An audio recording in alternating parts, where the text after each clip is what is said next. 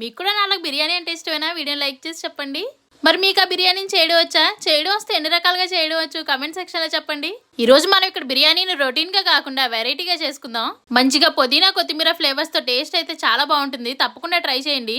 ముందుగా పాన్ లో నెయ్యి వేసుకుని బిర్యానీ స్పైసెస్ అన్ని వేసుకుని ఫ్రై చేసుకున్నాక ఆనియన్స్ కూడా వేసి గోల్డెన్ కలర్ వచ్చే వరకు కూడా ఫ్రై చేయండి. ఆ తర్వాత అందులో అల్లం వెల్లుల్లి పేస్ట్ అది కాస్త ఫ్రై అయిన తర్వాత చికెన్ కూడా వేసేసుకోండి. చికెన్ కి సరిపడా సాల్ట్ కూడా వేసుకోండి. ఇప్పుడు మిక్సీ జార్ లో పుదీనా కొత్తిమీర పచ్చిమిర్చి మూడు వేసి మెత్తగా పేస్ట్ చేసేసుకోండి. ఆ పేస్ట్ ని చికెన్ లో వేసి మంచిగా ఫ్రై అవనివ్వండి. ఇప్పుడు అందులో టేస్ట్ కి సరిపడా కారం, గరం మసాలా పొడి, ధనియా జీరా పొడి వేసి బాగా ఫ్రై అయిన తర్వాత పెరుగు కూడా వేసుకోండి. ఒక 2 మినిట్స్ తర్వాత స్టవ్ ఆఫ్ చేసి పక్కన పెట్టేసుకోండి. ఇలా చేసుకున్న కర్రీని ముందుగానే నానబెట్టుకున్న రైస్ లో వేసేసుకుని కుక్కర్ ఆన్ చేసేసుకున్నాను.